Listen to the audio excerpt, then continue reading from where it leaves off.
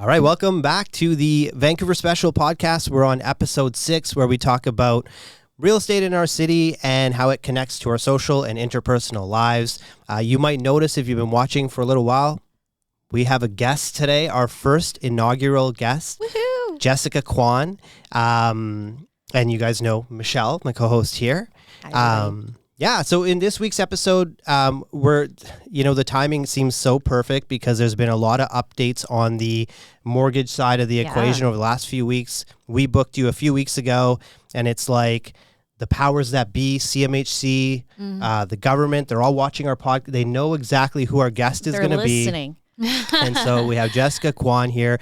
Jessica, I'll let you do your own intro. Why don't you tell the viewers and the listeners who you are? Yeah, thank you guys for having me today. Super exciting. So I am a mortgage broker.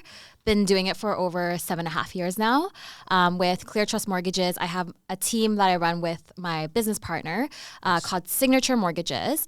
And then on the side, I have my mini side hustle, which is my money mindset planner. Cool. Awesome. And we will talk about the money mindset planner a little bit later in the episode. We wanted to bring Jessica on. I know Michelle does a lot of work with Jessica, and Jessica's quite prominent on social media as well. She's a superstar when it comes to getting my clients funded. Yeah, you guys work together quite a bit, right? Yeah. Yeah, awesome. And so we'll probably just dive right into like what's happening with the mortgage side of the equation with some of the changes. Yeah, like super hot topic off the bat, rate cuts. Yeah, it's been, it's funny actually, this morning I got a rate sheet and we have a promo going on with one of our big banks, and they actually just reduced their rates by another 10 bips. Hot off the press, people. Yeah, you heard it here first. Yeah. And we're seeing a lot of lenders do crazy rate exceptions.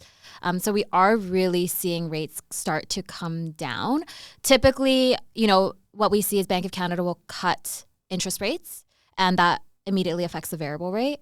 But for fixed rates, I would say it typically takes a couple weeks for it to kind of follow. Okay. So I'm not surprised that, we're in the third week of September and we're starting to see more of the fixed rates come down again because that rate cut was in September, right? Right. I think a lot of banks, what they want is they want to see, yields usually start to come down and they want to see the trend consistent, right? Yeah. Because I know over the last couple of weeks, it was like kind of flat on yields.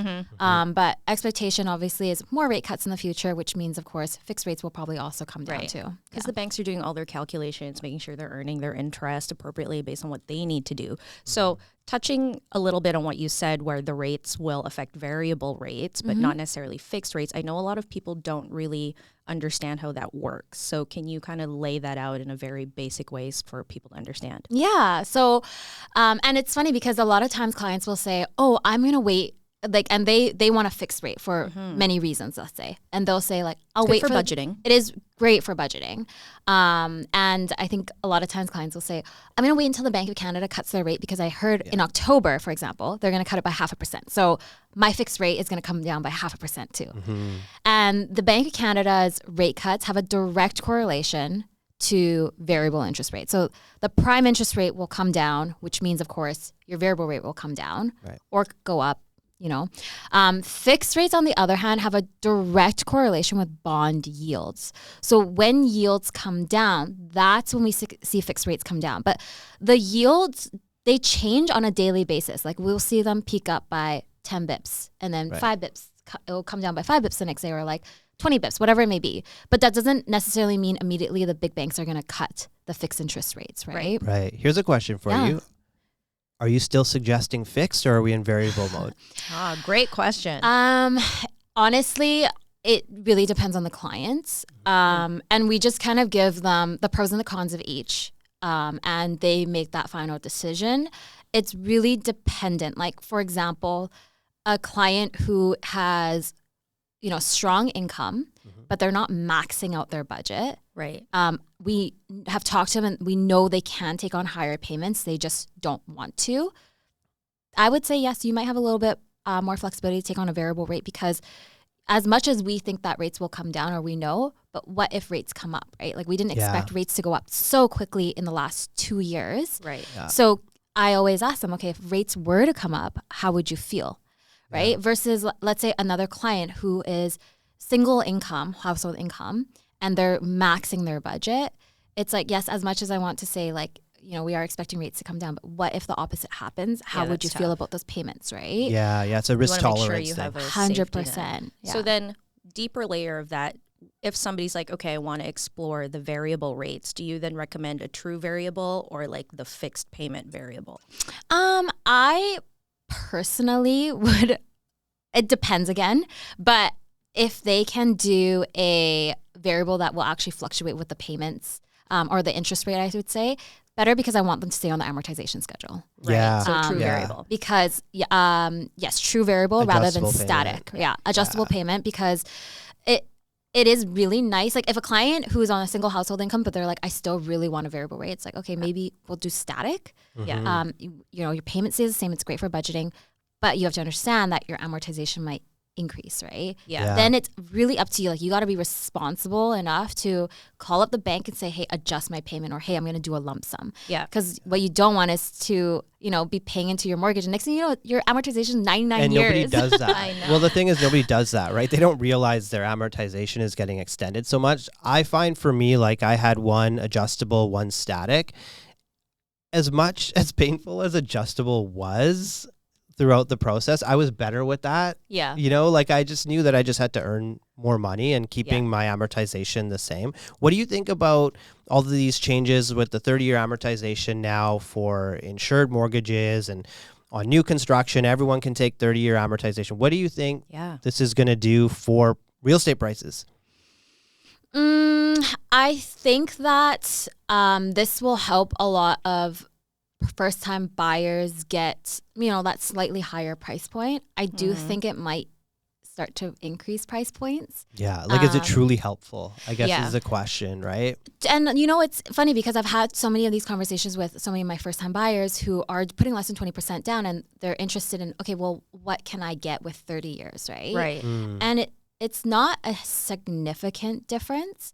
And because the premium is going to be 0.2% higher as well, I think a lot of clients will just say, well, as right now, because I think the policy is still so early, is that clients will say, well, you know what, I think I'll probably just stick to the 25 years. Yeah. Because I'll focus on this and this is what I can get, instead of really trying to stretch it. Yeah. Right. Like I've only had one client in the last 2 months where we've kind of explored 30-year because they're looking specifically at a pre-sale that, you know, that's the price point, right? It's not like they're so specific to this project and that the price point is already set. Yeah.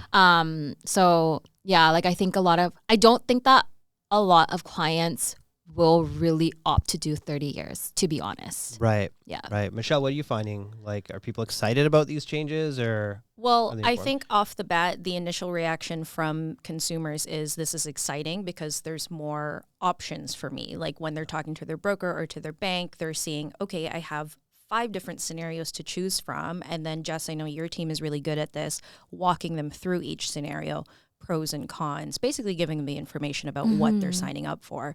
And then they can decide what fits best for their lifestyle. But I also just find it really interesting because like in the States, 30-year mortgages have been normal for so long. Like they'll even do 40. Yeah. And so I know Canada is always a lot more conservative in that end. So it is just really interesting to see that we are shifting that way too. Obviously with any changes, it's going to take some time for the dust to settle and see how like it lands with everybody. It's kind of scary to see us going down the road of the U.S. like a little bit with some of these changes. Like, can we get 30-year fixed rates too? Right. And, Yeah, right? Yeah, and it's so funny, like with these 30-year AMOR, it's, you know, obviously launched by the federal government, and they, in the past, not too long ago, they were crapping on the 30-year amortization they were like, plan. never. Yeah, they were basically against the opposition party who proposed it. They were saying you're just going to inflate prices. Yeah. I saw it rolling around on Twitter where you can actually see the quote from this federal government saying this is not the right thing to do. It's going to push up prices. And here we are, right? So I think, you know, as we know, Canada is built on real estate. It's basically our largest industry, if you think about it. And it's going to get propped up. And I find that governments want to prop up value, equity, and not all for great reason. Yeah. Like, this is such a weird, like, analogy, but the way I look at it is like, we are all cattle. Okay, think of it like a cattle farm, right? Because I always have said that, you know, The federal government wants to protect homeowners because homeowners make up the vast majority of the voters. They want to protect your equity. They know it's your retirement plan. Yeah. But they want to protect your retirement plan so they can pull from that equity down the road as well. So think of a cattle farm. We are cattle. They feed us like high grain. I don't know what they feed cattle, but they make them plumper, fatter. Yeah. We To think increase it's their for value, ourselves. yeah. We think it's for ourselves. But one day they're going to come knocking. And there's already rumbles about it. They're going to come into our pockets. Well, And they're feeding us right now. that was like, what was that first-time homebuyer shared equity deal that they were trying to sell to people? And They tossed out, right? yeah, and people who were coming to me was like, "Oh, this is great. The government's going to give me money for a down payment." I was like, no. They're going to own a portion of what you're buying. And then so when you sell, you actually have to pay it back, like plus some. And they're like, "Oh, never mind." They scrapped Like, that so quickly. Oh, yeah. Yeah. It was ridiculous. I didn't think that was fair at all. Yeah, Yeah. provincially, the provincial government now is proposing that too with like leaseholds now, where they want to do 60-40 partnership. Oh my gosh. Yeah, where you have to pay back the 40% at the 25-year mark or if you sell earlier. So that's kind of like Oh, God. the BC government's kind of housing plan moving forward, like on leaseholds. But it's just interesting because, you know, I've maintained it for a long time. Like this government will always protect home prices. I had always thought that was to protect the voter, but really it's going to be a revenue source. It's always about money at the end of the day. Yeah, government. It's a business. It's not necessarily a well-run business, but it's a business. I want to shift things to go like a little bit personal. You're obviously very passionate about what you do. You have a lot of knowledge. I don't know your age. You seem young to me. You said you've been doing this for 7 years. So you started when you were 16 years old, whatever. Have you all like everybody else who should have bought a house in 1995? Yeah. Right? So I'm going to guess that being a mortgage broker was one of your first careers. Were you always like, I want to get into mortgages, or did it just kind of come up? No, it kind of fell on my lap. I actually have a degree in tourism management, and growing up, I always thought that, growing up, I thought I was going to be like a writer. I don't know why I thought that because I'm really not the best writer. And then I also thought that I was going to go into hotel management like all my life. That's why I studied it. Yeah. And during my university days, I actually worked at a credit union, and I temped for a developer. Just because they had a lot of people that were on leave for a little bit. And so I kind of thought, finances or real estate was an interest to me, and maybe tourism wasn't really the direction I wanted to go. But I went through so much school, and I thought, well, I should give it a try. Mm-hmm. But I was in this time in my life where I was really trying to see, okay, what career do I really want to go into? And I felt like I needed a change. And I met my business partner, Vincent, through a friend. And he said to me, he just kind of came up to me and he was like, "You'd be a great mortgage broker." And I was like, I don't know what a mortgage broker does, but I am down for anything. And so we met, and he kind of told me what the description was and what the schooling was. And I thought, here's an opportunity. Why not take it? I'm looking for something different anyways. If it doesn't work out, but may as well give it a try. Yeah. Mm-hmm. And so I went through school and started brokering, and it was truly not what I expected. How hard it was. And I'm sure you guys know too, running your own business, but you're steep learning curve. It's such a steep learning curve. You are starting a business. You are trying to show the world what you know, that you can provide great service. And especially back then, I was so young, like the confidence level wasn't there, right? Mm-hmm.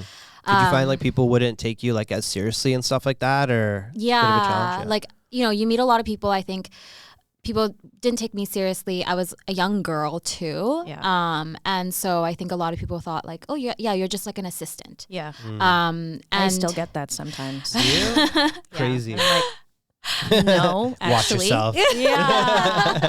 And so it took many years, many struggles, so many challenges. And now it's like I truly do. I feel so invested in all my clients. Mm-hmm. And it shows though. Like your client care is great. And I think that's where your hospitality background shines through. Yeah, I think so. Like obviously 4 years of studying hospitality, right? Yeah, and honestly, like when I felt like, okay, this was the greatest moment in my career was I had a meeting with this guy, and he was probably in his 50s. And we were trying to figure out financing solutions for him. And he, after the meeting, he goes, you know, when I came into this meeting, I looked at you and I thought you were really young, but you speak like you've been doing this for 20 plus years and you are so knowledgeable. And I was so wrong to come in here and think that you were really young and didn't know what you were doing. Wow. Called himself out. Yeah. And good. it was honestly like the best feeling, because I was like, you know, all my start of the career, that's how I felt, was that people just looked at me and they were like, oh, she's young, she doesn't know what she's doing, or she's just trying this out, but it's probably not going to work out. Yeah. You're like, can you put that in a Google review, please? Yeah. But you bring up a good point in that, like, running business, whatever it is you do, there's always going to be people that judge you for whatever the reason is, right? For you, young, you know, for other people, it's something else. And so I think that's something that, I don't know if you find this, but I've been in the business now 8 or 9 years, is you kind of like build a bit of a tribe-ish of clients that are like, they're your people. You know what I mean? Like people that'll work with you. And I always find the people that will judge me, for example, will never work with me. And I really don't care to work with those people. 100%. But then, you know, you start to kind of build a tribe of people that are, you know, they respect the hustle, they respect what you're doing, whatever it might be. But it's like those first few years are so difficult, kind of like navigating and trying to build that tribe, because you have to be open to people that may be judging you. You're trying to build your business, you're trying to survive, but you know, as you go on. And it's a challenge in itself, like proving yourself to other people and to yourself too. Because like when that imposter syndrome, like self-doubt creeps in, you're like, no, I can do this. Like I've done this 10 times before. And like you mentioned before, when you did that first commercial deal with your client and you're like, I haven't done this before, but I'm willing to learn this at the same time if you are. And they're like, yeah, 100%, let's do it. Because I know they knew that you were the type of person to like not leave a stone unturned type thing. So I think, you know, that's important. Yeah, being able to admit that you don't know is like super important, huge, right? Yeah. Like I'll always be like, I don't know, but I know that I will find out. I'm so confident in my ability to, I might not know something today, but check in with me by end of day. And I won't be an expert, obviously, but I will have solid knowledge about it. Yeah. And so I think as long as you put forth that sort of effort in business, it shows. And you put yourself out there, you put yourself out there. Some people are going to resonate. Some people are going to hate on you. But you know, you just kind of build that tribe. If you weren't doing mortgages, like you know, take tourism. Is there something today where you in another like, life? Like if I wasn't doing this, I could do anything. like what would it be? I would love to be a travel blogger. Okay. But also, like, I did try the travel blog thing, and maybe it's because I'm so busy, but it's also like a lot of work. It's so much work, and it kind of takes like joy out of traveling. I think. I think when anything is your full-time job, it kind of the luster fades really quick. Yeah. So that's or I think I would love to have like a cafe or something. I don't know. Like I think I would still be doing something where I have my own business. Yeah.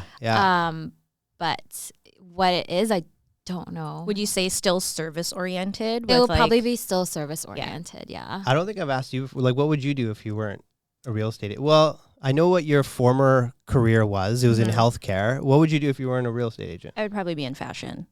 Fashion? Oh, yeah. I mean, every time I see Michelle's shoes, I'm like... Styling. It's a problem. That's awesome. But yeah, I think it'd be like a buyer or like I don't know, stylist, something. I love dressing up. Yeah. And I love dressing other people up.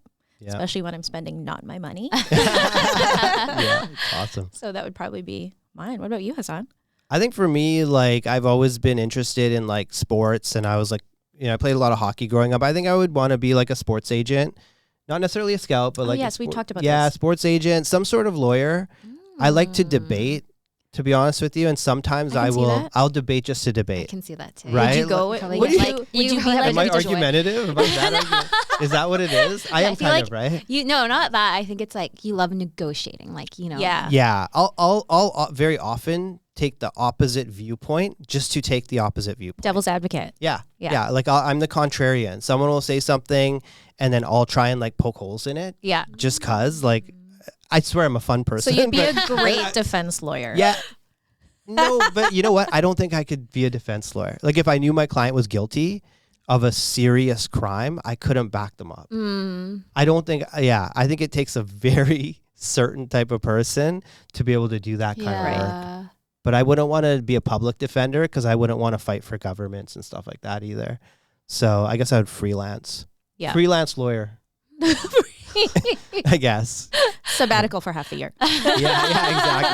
Yeah, for sure. So just you mentioned your side hustle, money mindset planner. Can you tell us a little bit about how that came to be and where you're at now and highs and lows? Oh, yes.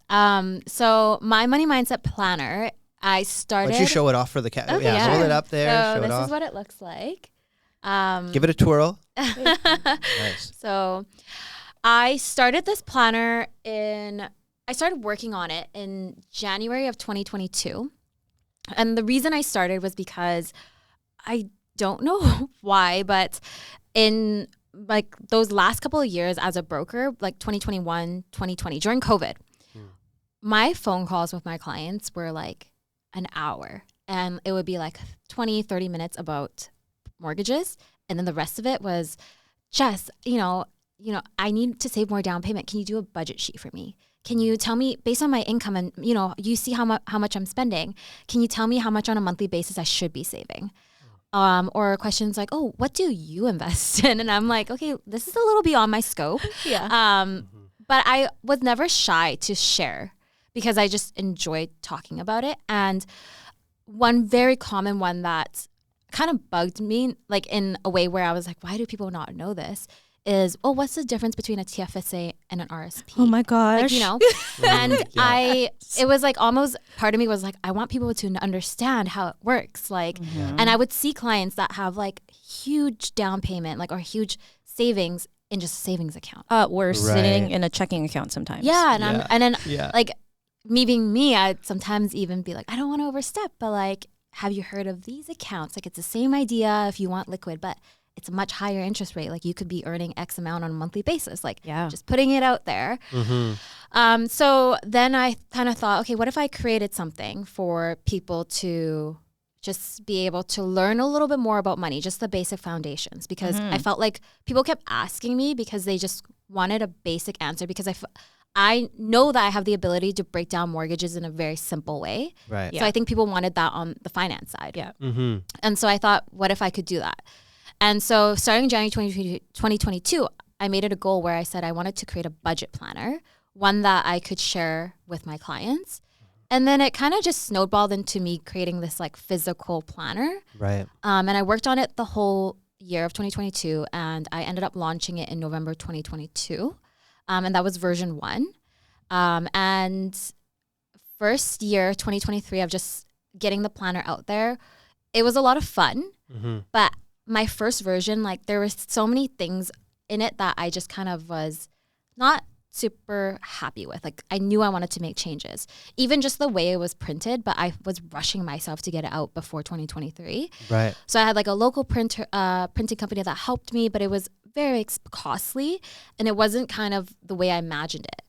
So all of 2023, I kind of thought to myself, like, maybe this is it. Like, I'm just going to... A one and done. Yeah. But that's all businesses and all projects. Version 1 is always, we're going to pretend that you have to evolve it and evolve it, right? Yeah. You do. And like, I didn't remember that in the beginning. I was kind of like, maybe this is it. Like, but I kind of thought to myself too, like, okay, so I created this for a year and just because it's not the perfect version that I wanted, that's it. Are you a perfectionist? Would you say, like, overall? Kind of. Yeah. But version 1 was still really helpful. So yeah, it was still really helpful. Like I had good feedback, but I just, in my heart, I was like, this isn't the final product I really wanted. And so 2023 passed and I was kind of like, maybe I'll just stop. Like, I just don't have time. And then in 2024 came, I was like, well, I have all these ideas in my head. Like every night I'll be thinking about it and I would jot down all these ideas. And I was like, all I have to do is just implement it. And so the hardest part. Which is the hardest part. So in 2024, I made it a goal every morning, an hour before work, work on the planner. And that's when version 2 came out. Gotcha. Yeah. If you're watching this and you're a realtor or a mortgage broker, one of the things I find that's like very different about our careers, like there's a lot of similarities, but you really get kind of the line of sight into people's financial scenario, a lot more than us, of course, right? Like when we're working with clients, we might have a general idea. We'll refer them to a mortgage broker like yourself. Did you find, so the reason I'm asking this question, I want to take us back to pandemic. What was the sentiment of people during that time, how they felt about themselves financially with all of like the confusion and am I going to be able to keep my job? Like, were you having a lot of conversations with people that were not so much, okay, let's prepare you to buy something, but oh my God, like, is my financial plan done? Am I safe? Like, because we didn't really get to see that as realtors, whereas like you get to, you know, dive in deep and kind of go there with people. Yeah, I think it was probably during the pandemic when people thought like, oh, okay, well, people are losing their jobs. I don't know if I'm going to be keeping mine. I don't have an emergency fund. And also during that time, the market was going crazy. Bananas. And interest rates were also so low. Yeah. So I think people really started thinking about, like, especially with the topic of mortgage, it was almost like, it's like free money that I'm borrowing almost. Yeah. Right. Yeah. Right? Like, because HSBC was, at that time was offering 0.99%. 0.99%. Yeah. Right? Crazy. And so I think people were really thinking about, like, what can I do with my money? How can I take advantage of this? Yeah. Right? Mm-hmm. And I think just people being stuck at home, it just gave people more time to think about finances. True. Yeah. Because on a day-to-day basis, like, we're always so busy and you have so much going Yeah. on that you don't have the time to like sit down and really think about your finances, right? And people don't want, like, do you find people just don't want to? Like, I think there's a large chunk of people out there that, not that they're scared to like budget or like look at like where they're spending money, but maybe they kind of are. Like, they know they're okay. They have money coming in, they have money going out. But I feel like there's kind of a barrier to people being like, look, I'm going to write down exactly what I'm spending on, what I need to cut. Yep. Right. And like it's the same thing with goals. They say you write down your goals, you're going to achieve them. Probably the same thing if you had a planner like that to actually write down your financial plan. Even just writing it down, you can change a couple behaviors and your world can change, right? Yeah. And it makes things so real. I was listening to this other podcast that was talking about like money and success, and this girl's mentor had said to her, you need to know every single dollar amount that you have in every account, every savings account. You need to know how much money's coming in, how much money's leaving. And even that alone is going to be a big determining factor of how successful you'll be, because then at any given time, you know what's going on and what you need to work towards. And I know that's a big thing for a lot of people because, I don't know in your experience, but growing up, my family was very unique where we always talked about money. But for a lot of families, it was taboo to talk about money. In a lot of cultures still today, it's taboo to talk about money. Yeah. So even just being aware of what credit is, a lot of people don't know well into adulthood. Yeah. Mm-hmm. My mom was pretty good. So my mom ran the show. Like in my household, my mom ran the show. My dad was like always involved, but mainly like backing up my mom in these sort of ways or whatever. And I think my mom, like, they grew up in Africa. I think she had like an accounting background, but then she came here and she had to become a mother, you know, immigrant mother. So she couldn't pursue the career, but she kind of always had that sort of numbers, affinity for numbers, like very detailed, very organized, kind of wrote everything down, like super detailed, very unlike myself, who's not extremely detailed like that. So we didn't like openly talk about money, but she had a handle on things. Like, she knew the money that was going out, the money that was kind of coming in. But definitely I have, you know, clients now that it's just not something that's often talked about. Here's a question for you. And because you probably work with a lot of couples, how is that money conversation, I guess, like mortgage wise or whatnot, how is that happening between couples? The reason I'm asking the question is, People come from different backgrounds surrounding money. So, and it's the number one cause of, you know, couples like breaking up, right? sure. So do you sometimes sit down with couples that maybe just have different ideas of how they should be proceeding, whether it's a mortgage or when you're working with them on the planner? With the mortgage side, I would say a lot of times it's just like trying to decide on like terms and what their future plans is, because that's a common question we always ask our clients, like, what is your future plan? We know you want to buy this place now, but what do you guys want in like 3 years or 5 years? Yeah. Because I want to know that, because I want to also ensure that whatever term you guys are picking, it makes sense. Like if I can provide you guys advice on something different based on what you tell me, right? Yeah. And talking about like porting the mortgage and all that stuff. And usually when I ask that question, I would say like some couples, like they already know, but some are like, oh, we haven't really talked about that. And So I feel like I feel like they have talked about it, but they have not agreed. Because I have clients like 100%. I work with a lot of couples, and I just know, like, either they'll tell me they're not on the same page, but I know like 60-70% time they're not really on the same page. Like the dude wants a condo, you know, and she wants a townhome or like a detached home with a yard for the future kids. And I'm finding like navigating this at times is very interesting. Again, I don't go into the financial side, but man, and then I find like the wife or the girlfriend usually wins the whole thing. But like as a real estate agent, you're kind of having to play a bit of an intermediary a little bit, right? Like trying to bring people together. It's probably the same thing on the mortgage side, right? Yeah. And like sometimes my experience is the couples that I work with will negate each other sometimes. And then they'll turn to me and they'll be like, what do you think we should do? And I'm like, worst. Don't answer.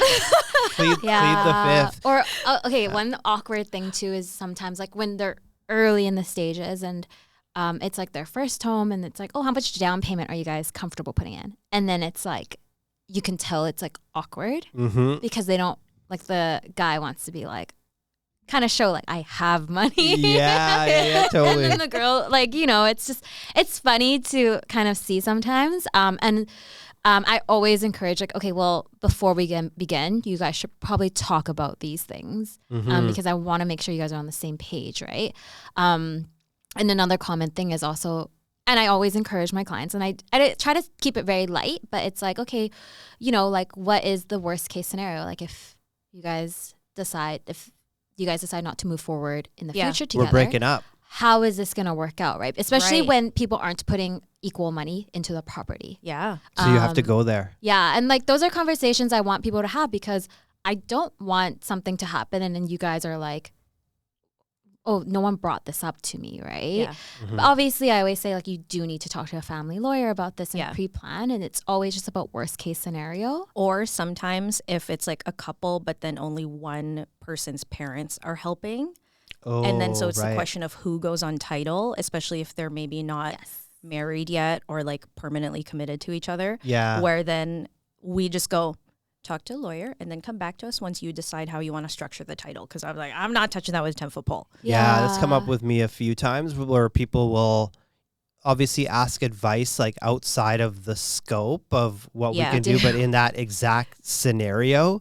And yeah, there's times in my head where I'm like, man, I would not be doing this. Yeah. Like me personally, because I have my certain set of values or whatever it is, but I'm like, I would not be doing this. But yeah, refer them to a lawyer. And yeah, don't bite off more than we're supposed to chew, even if you have an opinion on it, right? Because keep it factual. We're not paid for our opinions, right? We come here for our opinions and we just shoot the crap here. That's why we have a podcast, so we can say whatever we want.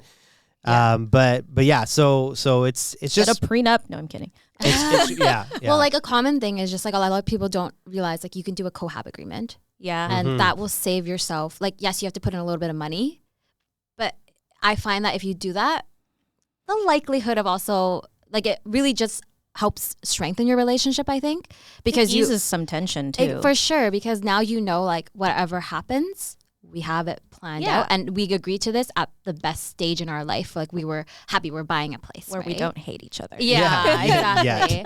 And I think that just will create a sense of security for financially, because you know if this relationship was not to work out, this is what has already been laid out and I know what I'm getting and I know what you are getting and our decisions. Yeah. So for sure. And even going back to like the affordability thing. So something that we do with our clients is we do a net sheet with them at our initial meeting before we agree to take them on as clients. And part of that is, for example, for buyers, is we do break down what a monthly payment would look like, including we're like, okay, how much you pay for your cell phone? like what are the monthly things, what's your car payment, like all these things, just the fixed payments that they can take into consideration on top of mortgage, strata fee, property tax, utilities. And then they see that number, and then I turn the sheet around and I like slide it towards them and I go, does this number make you nervous? Or they're is probably this all of them are like, comfortable? oh my God, was not expecting Well, this. some of them, it's like visibly they're like, it's nothing. And then I'm like, okay, why don't you guys take this home? And then I kind of lay out, okay, your options are we take a year off, you save more down payment to lessen this number, or we look at your wants versus needs. Maybe we have to sacrifice location, blah, blah, blah. If you really want to do this year, that kind of thing. Yeah. And it's just burst their bubble, right? And I just have to be like, I love how you're so detailed about that. Like realistically, I just went through my own net sheet for one of my investment properties. I don't go like line by line like that detailed with it. And I was like working out the numbers, like adding in all the like little nuanced charges I spent and a special levy, like whatever it was. And I'm like, man, I'm feeding this property like $800 a month. Like, and I don't even know that I am. Yeah. Like I can be that guy where it's like money in, money out. And then my thought is just like earn more money. yeah. Because then it's all good, I'm right? like that and too. then It's so I bad. want a certain amount in my bank account just kind of sitting there so I can spend it if I need to. Yeah. And then it's just, letting it go up and down. But then I was like, whoa, feeding that. I'm going to be feeding this. I'm going to be feeding that. It's like more than another mortgage payment that you don't even like realize is happening. Yeah. Right. And let's talk a little bit about personality, because it's not everybody's personality to be like, I want to achieve this certain financial goal. I'm just going to get a second job, start a side hustle and do it. Not everybody is cut out for that. And so I feel like for that opposite demographic, the budgeting is great because then they can find those extra dollars in existing areas of their life already. So is that something that you find is a general driving factor for a lot of the people who are interested in the planner? I think that a lot of the general driving factor for people that are interested is they just feel like they don't have control of where their money is going and they want to know. But secondly, a lot of the people that are actually interested is because they have these lofty goals, but they just don't know how to start. Okay. Yeah. Yeah. Where do you sell the planner? Like, is it like off your website or? Yeah. So it's off my website right now. My version 1 is on Amazon and Etsy. So I'm just trying to now work out to getting version 2 on both of those platforms. And then I have a digital version of this just for anyone that doesn't want physical. Yeah. And I do events around Vancouver, and I will sell in person at those events. Oh, okay. And then right now I was just telling Michelle on the drive here, because I told her before, like, one of my biggest goals with this planner is to have this in store somewhere. Yeah. So that people can actually see it physically and not just have to go to these events to come see it. And I'm in the works of that right now for a location in Surrey. Oh, okay. Just because I did find that most of my customers were actually from Surrey. Okay. So I'm just in the works of hopefully getting a couple of those physical planners in store. So you run like Signature Mortgages, right? And then you have this How do other you like do it all? Yeah, like how do you find the time? Like do you have time to like engage in your hobbies and stuff, or are you like doubling down, like fully focused on the business? It's funny because I actually do take dance on the side. Oh, okay. I play volleyball as well.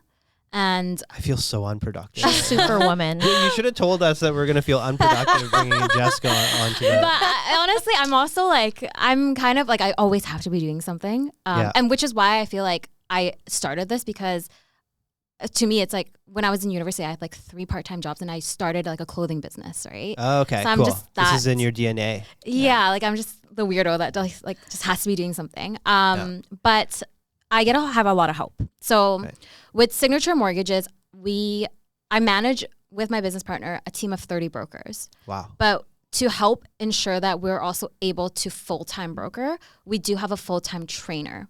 Gotcha. So in my first couple of years as a mortgage broker, I actually was doing the training as well. And like, it just was so much on my plate. So we ended up hiring a full-time trainer. So all the training content is something that I've created and we ongoing like will help. But our full-time trainer helps take care of the team. Nice. For my business side, on the mortgage side, I have 2 assistants. So one assistant helps me fully underwrite, do the pre-approvals. I do all the client meetings, but they are on the back end doing all the inputting, prepping everything. I review everything before we send it out. And then our newest assistant, he is probably going to be actually helping us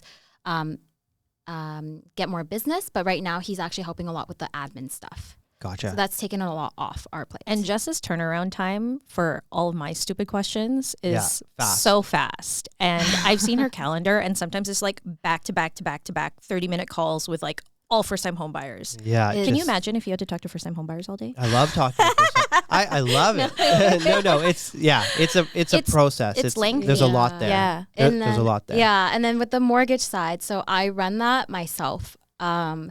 And this year I hired a social media manager. That was actually on my goals list for 2024 was hire a social media manager because like 2023, if you saw my Instagram, it was like, I'll be so active for 6 months and then I'll go on vacation. Yeah. I'm not doing this stuff on vacation. Yeah. You need a break from it, I right? come back and like, I can't get back into it. Yeah. So hiring a social media manager was like so helpful because like people will see me like posting on a daily basis and they're like, wow, I can't believe it's time to do this. And I'm like, I don't. Yeah. Someone else is doing it. I think when you start your business though, like, and tell me if you agree, like you have to take on social media and content creation on your own. Yeah. Oh, 100%. Like, it's not something you can like delegate that out like early on. I think once you like get to a certain level, that's fine. But it's such a core part of business now that especially like if you're watching and you're going to start a business, like do not outsource right away. Like spend your time on doing that and like learning it because it's like, that's your brand. Yeah. It's like, do you want to give that to someone else? That's something that will make you memorable. That's something that I really spent time on in the beginning of my career. And I think it's paid off because a lot of people know my personality based on that stuff. And when you outsource it to a third party, it becomes a little bit less personal. Especially because for all of us, like we are like service based. So Right. people want to work with you guys because of you, right? Yeah. So you need to show your personality too, because people will see like you, Hasan or Michelle, and they'll be like, wow. And I remember like one of our mutual clients, she had said to me like, oh yeah, I was like, how did you find Michelle? She's like, I found her on TikTok. Yeah. And she was Social like, I media. just saw what she was doing and I felt like I could relate to her. Right. Yeah. So like that was super memorable when she said that. Right. I was like, yeah, like that. They can see that. They can see how warm you are over Instagram or TikTok. Yeah. It's a interesting world we're living in because you can reach so many people online. And I'm like elder millennial. So I've seen both. Like I've been in environments where like I had to cold call and like door knock businesses. Like that was like the only way to like try and get business. And now like we're in a world where like you can record a video and it can hit 100,000 people. Yeah. You know, and it's not like it might take you 7 minutes, like 7 to 10 minutes, and you say something that resonates with some people and it totally hits. So I think it's good you got to the point where, because at some point you have to let go. And I find for myself in my business and just how I've always been, letting go of tasks has been difficult for me a little bit because I'm like, you can I can do it better. Yeah. I like honestly, like I can probably do it better. And so, but you have to be able to just if you want to right? scale, if you want to grow, you got to be able to all the time. loosen the reins. I can do it better. I can do it faster. I can just do it. Yeah. I'm paying you how much? Yeah. You can do that for free. Yeah, but I think like if you finding the right team, 100%, and they're just like so a important. piece of you, right? Yeah. And like in the beginning, it's challenging, but once you have the right groove, it's like you're like, wow, I cannot imagine my business without this person. Yeah. Because they've become such a integral part of it. Yeah. So it's also very nice to see, like especially with my mortgage team, like Yi Ming has been with me for I think like 5 years now, and she's been such a part of like the growing pains too. But it's kind of like almost like a relationship because it's like you see that they've stuck with you through all the challenges. Yeah. And sometimes still you're there. spending more time with them than you are your actual partner. Yeah. Yeah. Chosen family. Yeah, literally. Yeah. Okay. So, kind of rounding this one out, I have a question for everybody. If you had 3 finance tips to give to your younger self, what would it be? Oh man. To myself personally, Yeah. God, spend less time partying and like blowing your money. No. Yeah. well, no, like it was, you know, I had a lot of fun, but you know, growing up as a guy, like when you're younger, like 18 to 23, you got to show like you have money that you don't even have. Right. So pretty much you're taking like all this money that you have and like 70-80% of them, you're like drinking it of that money. Right. So, you know, I would have like had more fun that didn't cost a lot of money. I would have been more open-minded to do, you know, other things. I had a lot of vices growing up. So I smoked a lot. So I had all these things that I was just throwing money away towards. Right. Obviously didn't help me long term. And actually like pay attention to budgeting. I was never someone that was like budgeting at all. Like I mentioned, it was just like money coming in, making sure I had enough. I had this much left over in the bank account and I was kind of okay with that. And I would turn a blind eye to actually drilling down. And maybe because I saw my parents like struggle with money when they came here, and money was kind of not necessarily something they talked about, but you could kind of feel the stress surrounding it in our household. So maybe I just didn't want to engage in my accounts so deeply that maybe I would feel that stress. Right. So I was kind of like unknown might be a little better. Ignorance than is actually, bliss. yeah, that's exactly it. So I don't know if that would help anyone out there, but you know, had I actually drilled down, I would have been a much further position than I am now. Okay. What about you, Jess? For me, it would definitely be shop less. I think growing up, like as a teenage girl, it was always felt, and I think this was when Instagram came out. It was always like, I need the trendiest thing. I need designer. I need this, right? And it was like, as much as it was instant gratification, it also felt like a lot of times it was just like, I just want to show off. It was for other people, right? Yeah. So I think it's, you know, don't try to constantly keep up with the trends or feeling like you have to have a certain status, because I think money in your bank account and what your future self will think about later, they'll be way happier to have that money in your account rather than in clothing that, you know, a lot of things that have just gone to waste. Yeah. True. I think second is just start sooner and start small. Yeah. I think, you know, it's sometimes when I was younger, I remember I was like, oh, I want to invest, but I just feel like I don't have enough. Yeah. I need to good save point. X amount first Yeah. before I will start investing, and then I'll start learning how to invest and then I'll invest. But it's like start small, because if you start small, you learn as you go, because that is really what investing is. You learn as you go, right? It's not like you buy your first real estate investment and it's perfect. Yeah. Like you're going to have so many challenges and then you'll learn from that of, okay, the next one, how am I going to do it better, right? But start small, right? And I've always heard like the formula is always the same, everything. It's just the amount of money is different, right?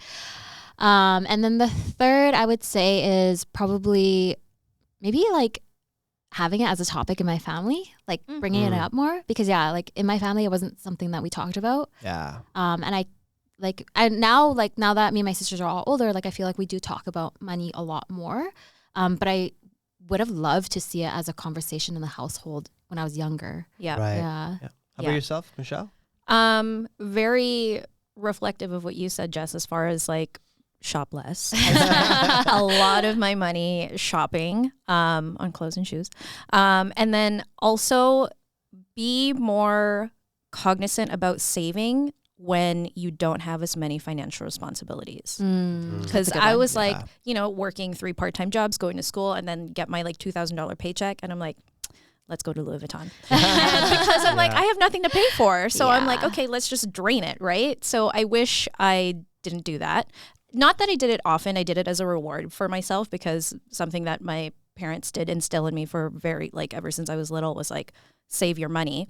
I wish I did listen to my mom. She like drilled it into me ever since I was 16. If you save $2 a day from today, by the time you're 65, you'll have $1 million.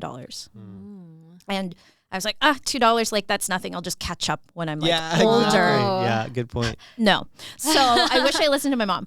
And yeah, I think for me, the third one is going to be the flip side of what you said, was because my family did talk about money a lot. But one of the financial lessons that my parents taught me from a very early age was like, don't ever borrow money. Like I remember being 6 or 7 in like second grade. And this was in the Philippines. And so like my my allowance was 20 pesos, which would buy me like ice cream, like at the end of the school day. And I think it was like a special day and there was like special cafeteria food. I borrowed money from a friend. And when I got home, my mom was like, oh, what'd you eat for lunch? And I told her and she was like, how did you afford that? Because I know how much money I give you. And I was like, oh yeah, Bea lent me money. And she was like, what? And she was like, we're driving there right now and you're giving her your money from tomorrow because don't ever borrow money that you don't have. And so that stuck with me forever. And so I always felt that borrowing money was bad. And I didn't really learn until my mid-20s that there's such thing as good debt and bad debt. Right. Where it's like if you can leverage borrowing money to make more money, that's actually how you do it. So I think maybe some opportunities would have been more available to me if I didn't have that mindset. So yeah, like different side of the same coin. Yeah. That's good advice. Well, Jessica, we want to thank you for coming on the show. Yes, thank you so much. How can people find you if they want to connect with you? Yeah, thank you guys for having me. So to find me for mortgages, it's at Jessica Kuan Mortgages on Instagram. For my money mindset planner, it is at my money mindset planner. Just at my money mindset planner. Cool. Yeah. Awesome. Yeah. Yeah. Well, thank you so much for being our first guest. Our we really inaugural appreciate that. guest. Thank you Thanks, guys. Jess. Awesome. And thanks everyone for watching.